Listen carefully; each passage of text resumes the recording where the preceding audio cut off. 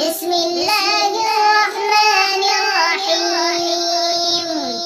تبارك الذي بيده الملك وهو على كل شيء قدير. الذي خلق الموت والحياة ليبلوكم أيكم أحسن عملا وهو العزيز الغفور.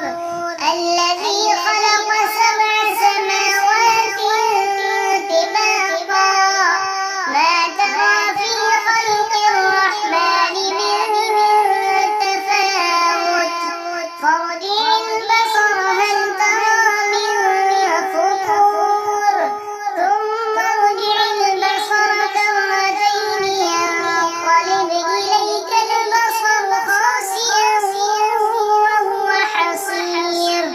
ولقد زينا السماء الدنيا بمصابيح وجعلناها رجوما للشياطين وأعتدنا لهم عذاب السعير. وللذين كفروا بربهم عذاب جهنم وبئس المصير.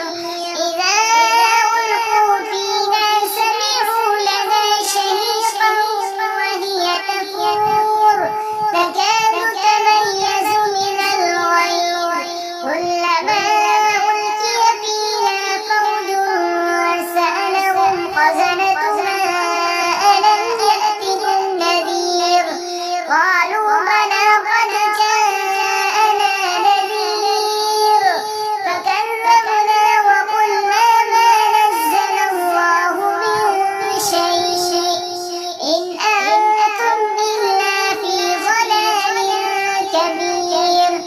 فقالوا لو كنا نسمع أو نعقل ما كنا في أصحاب السعير. فاعترفوا بذنبهم فسحقا لأصحاب السعير. إن الذين يخشون ربهم بالغيب لهم مغفرة وأجر كبير. وأسروا قولكم أو اجهروا به إنه عليم بذات الصدور. ألا يعلم من خلق وهو اللطيف الخبير.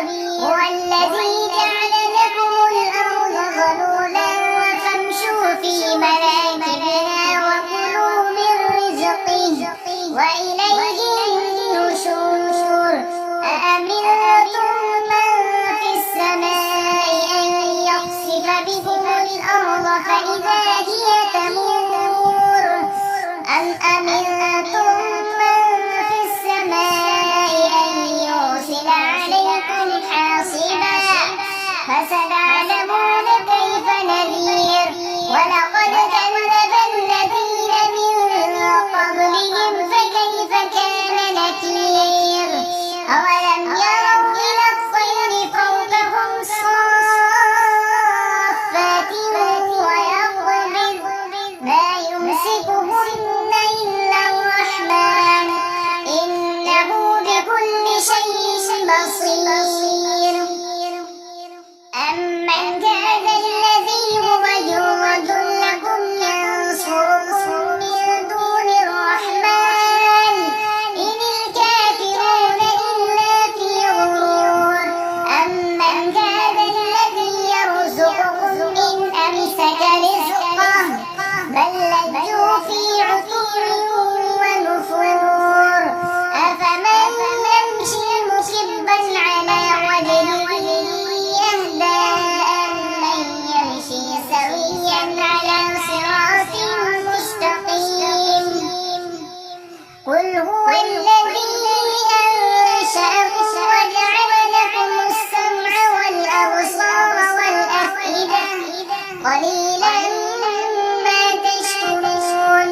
قل هو الذي ذرأكم في الأرض وإليه تحشرون. ويقولون متى هذا الوعد إن كنتم صادقين. قل إنما العلم عند